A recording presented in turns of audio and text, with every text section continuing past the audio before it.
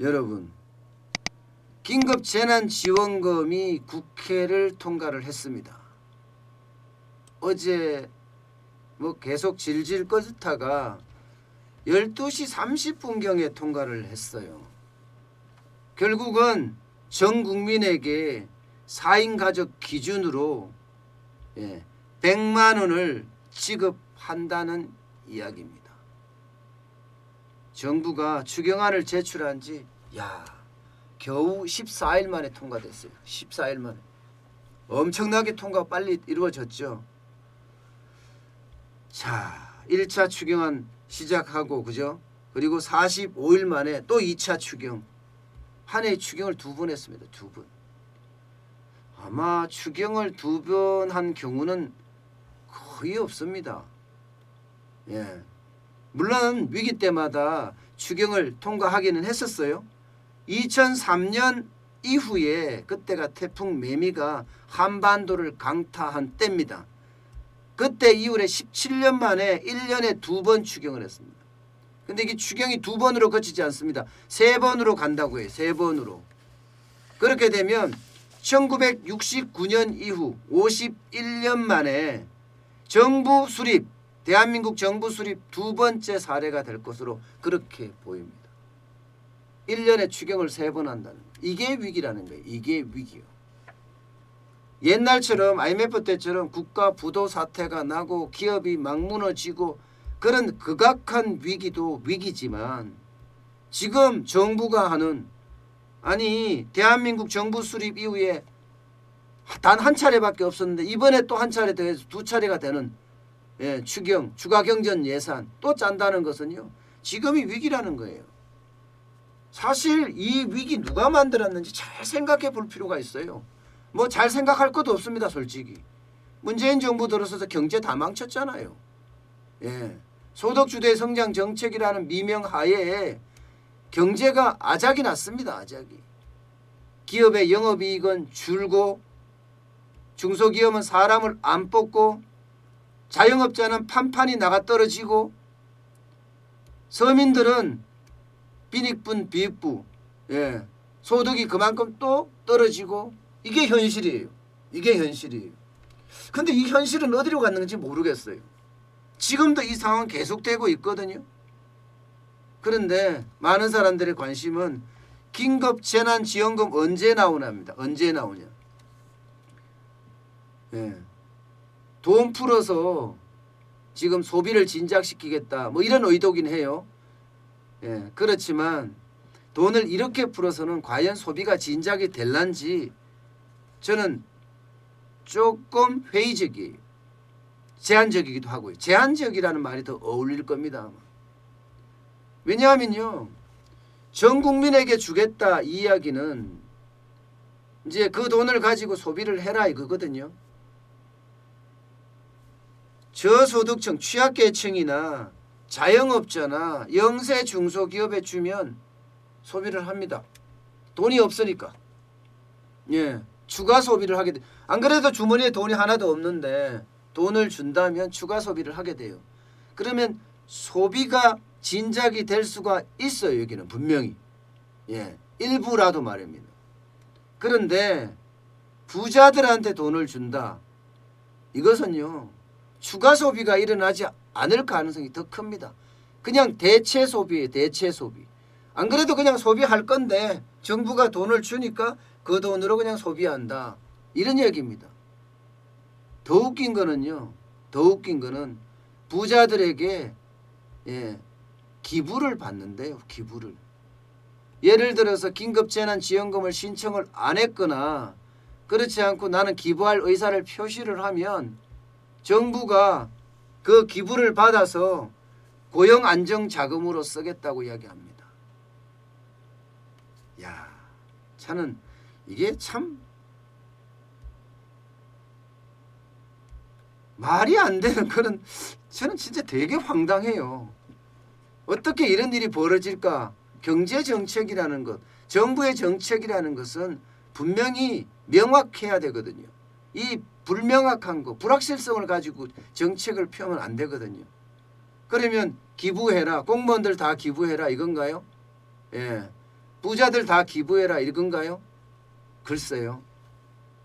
저는 이 기부의 모델 자체도 이게 일반적으로 생각하는 정부의 어떤 모양은 아닌 것 같다. 시민단체도 아니고 기업도 아니고 기업도 이러지는 않죠. 기부를 받지도 않죠. 기업은. 예. 뭐 동아리도 아니고 말입니다. 저는 진짜 이거 진짜 답답하다 이런 생각이 참 많이 듭니다. 어쨌든 전국민 재난지원금 이제 속도가 낼 것 같아요. 그죠? 국회가 통과가 됐으니까. 청와대가 지난번에 이야기할 때는요. 기초생활수급자 270만 가구에 대해서는 5월 4일이래.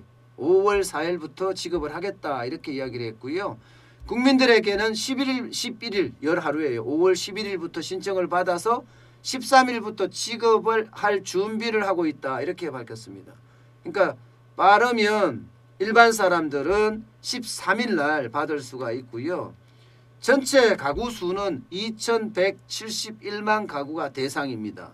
1인 가구는 40만 원, 2인 가구는 60만 원, 3인 가구는 80만 원, 4인 가구는 100만 원입니다. 100만 원.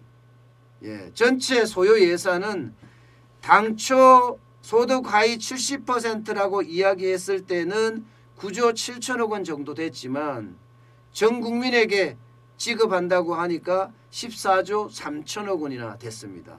4조 6천억 원이 더 늘어났습니다. 예, 4조 6천억 원이. 뭐 4.15 총선을 하면서 여도 야도 그죠? 예, 전 국민에게 지급하겠다 이렇게 선언을 했었잖아요. 그 결과입니다. 이 4조 6천억 원에 대해서는요. 이게 부채, 국가 부채, 국채 발행합니다. 3조 5천억 원 국채 발행하고요. 추가 세출 조정으로 1조 2천억 원을 확보하기로 했다. 이렇게 지금 하고 있는 상태입니다.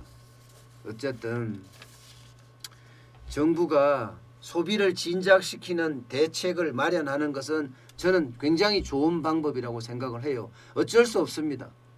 지금 소비 쪽의 충격, 수요 쪽의 충격이 워낙 크고 공급망까지도 다 무너져 있는 상태니까 수요와 공급이 동시에 무너져 있거든요. 그래서 동시에 살려가야 되는 것은 분명합니다. 그런데 전 국민에게 주게 되면 제가 말씀드렸다시피 실제 소비의 진작이 그렇게 일어날까 하는 문제가 하나 있고요. 또 하나의 문제는요. 이게 총알을 너무 많이 소비한다 이런 생각이 많이 들어요. 나라의 국가는 제한적입니다. 무한정 있는 화수분이 아닙니다. 나라의 국간이라는 게 세금으로 운영되는 건데요. 이게 하수분이 아니기 때문에 제한적이고 한계가 있기 때문에 적재적소에 합리적으로 써야 됩니다. 지금 전 국민에게 준다는 것은요. 수요 측면에서 그렇게 한다고 하지만 공급 측면은 어떡합니까? 지금 기업들은 굉장히 어렵잖아요. 물론 기간산업안전기금을 40조 원 만드는 것도 이번에 어저께 국회에 통과가 됐어요. 그 40조 원을 만들어서 7대 기간산업에 뭐 공적 자금 같은 그런 형태의 돈을 붓는다고 하지만 40조 가지고는 택도 없습니다. 택도. IMF 외환위기 때만 해도 167조 8천억 원인가 그랬습니다. 167조 8천억 원. 지금의 위기가 금융위기나 저는 IMF를 능가한다고 봅니다. 역대급이라고 봅니다. 아직까지 뭐 기업들의 실적 중에 언택트 이코노미 그러니까 비대면 경제, 언택트, 온라인 뭐 이런 쪽의 어떤 기업들은 소비가 많이 돼서 기업이 실적이 좋았지만 반면에 직접 맞닥뜨려야 되는 곳에는 그야말로 실물 경제가 초죽음이 됐습니다. 당장 뭐 항공, 면세점, 여행사, 호텔 게다가 유가 폭락으로 정유사 어렵죠. 또 조선 지금 뭐 수주를 못해서 굉장히 어려워지고 있죠. 자동차 뭐 자동차는 완성차 업체 5개만 어려운 게 아니라 그 밑에 9천여 개 있는 협력업체까지 같이 어려운 상황입니다. 심지어 말입니다. 자동차 쪽에는 33조 원이 필요하다 이렇게까지 이야기할 정도예요. 자동차 공업협회가 발표하고 정부의 지원을 요청한 금액이 말입니다. 그럼 천정부지라는 겁니다. 지금 이거 잘못 관리하면요. 진짜 이거 잘못 관리하면 대한민국 경제 굉장히 어려워질 수도 있어요. 굉장히 어려워질 수도 있어요. 돈 찍어내서 막으면 되지 이렇게 생각하시죠. 결국은요. 돈 계속 찍어냈을 때 외국인이 어떻게 생각하느냐는 거예요. 외국인이 만약에 탈출을 시작한다. 그때는 굉장히 위기가 올 수도 있거든요. 다행히 지금 외국인은 돌아왔습니다. 어쨌든 뭐 어제도 외국인은 뭐 2천억 이상 순매수를 기록했으니까 좀 돌아왔다는 느낌이 들면서 좋아지는 외국인이 다시 돌아온다는 그런 느낌은 있긴 하지만 그렇다고 하더라도 이게 계속해서 국가 부채가 늘어났을 경우 외국인들이 계속해서 장담을 할 수 있을지 더 두고 볼 일입니다. 어쨌든 여러분들 소비가 굉장히 중요하다는 것은 이제 아실 거예요. 경제 성장률에서 차지하는 비중이 저희 나라는 절반이 넘습니다. 미국 같은 경우는 3분의 2잖아요. 그죠? 소비가. 경제 성장률을 구성하는 요소가 소비, 투자, 수출인데 결국 소비 부분에는 민간 소비가 굉장히 역할을 많이 합니다. 지금 대한민국 경제를 위해서라도 여러분 최소한의 소비는 반드시 해야 되는 것 아닌가 그런 생각을 다시 한번 해봅니다.